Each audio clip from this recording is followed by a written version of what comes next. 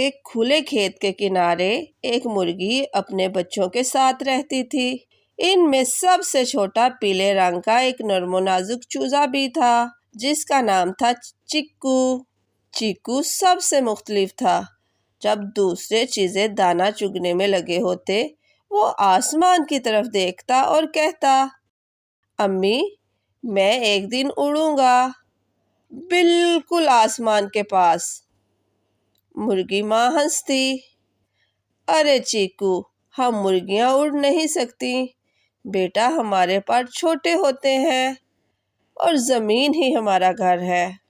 لیکن چیکو باز نہ آیا۔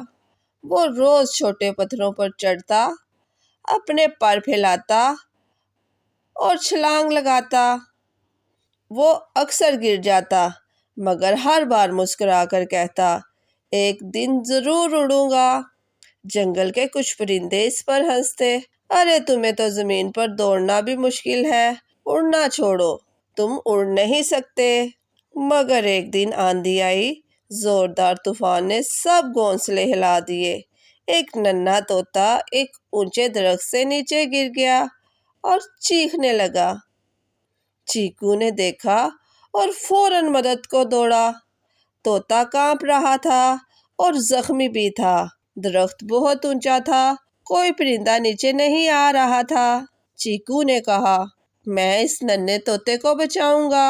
اس نے ایک چھوٹا پتا چنا، پانی لے کر طوطے کو پلایا اور زور لگا کر طوطے کو اپنی پیٹھ پر بٹھا لیا۔ پھر وہ دھیرے دھیرے ہمت سے چڑھائی چڑھنے لگا۔ وہ اڑ تو نہ سکا مگر وہ طوطے کو واپس گھونسلے تک پہنچانے میں کامیاب ہو گیا۔ سب پرندے حیران رہ گئے۔ ماں مرغی نے چیکو کو گلے لگایا، تم نے اڑ کر نہیں دل سے کمال کیا، تم واقعی بہادر ہو چیکو۔ کیونکہ اڑنا صرف پروں سے نہیں ہوتا، خواب، نیت اور ہمت ہو تو چھوٹے بھی بڑے کام کر سکتے ہیں۔